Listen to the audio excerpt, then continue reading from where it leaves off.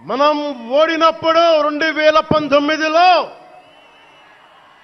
మిస్సాలు మెలేశారు,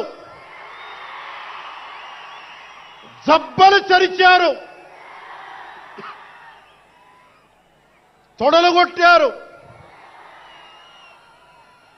మన ఆడపడుచుల్ని అవమానించారు, ప్రజల్ని నిరంతరం హింసించారు.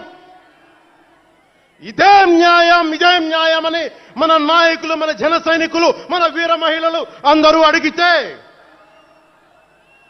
గొంతెత్తితే వారిపైన కేసులు పెట్టారు, జైళ్లలో పెట్టారు, నిర్బంధంలో తోశారు.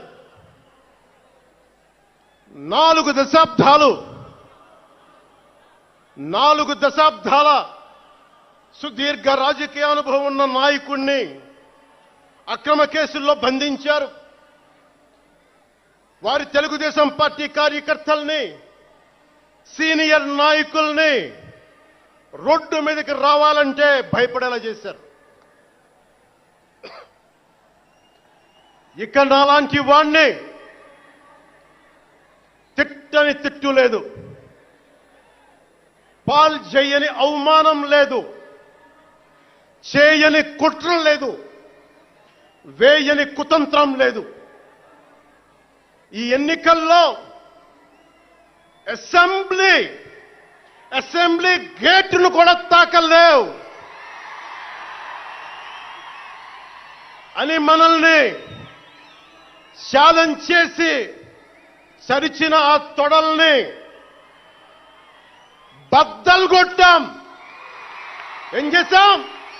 బద్దలు కొట్టాం. బద్దలు కొట్టి ఆంధ్రప్రదేశ్ అసెంబ్లీలో 21 మంది ఎమ్మెల్యేలతోటి, పార్లమెంటులో 2 ఎంపీలతోటి అడుగుపెట్టాం. దేశమంతా తల తిప్పి తిరిగి చూసేలా 100% స్ట్రైక్ రేట్తో ఘన విజయం సాధించాం. ఎన్డీఏ కూటమి ప్రభుత్వాన్ని నిలబెట్టాం. ఈ రోజు జయకేతనం ఎగరేస్తున్నాం.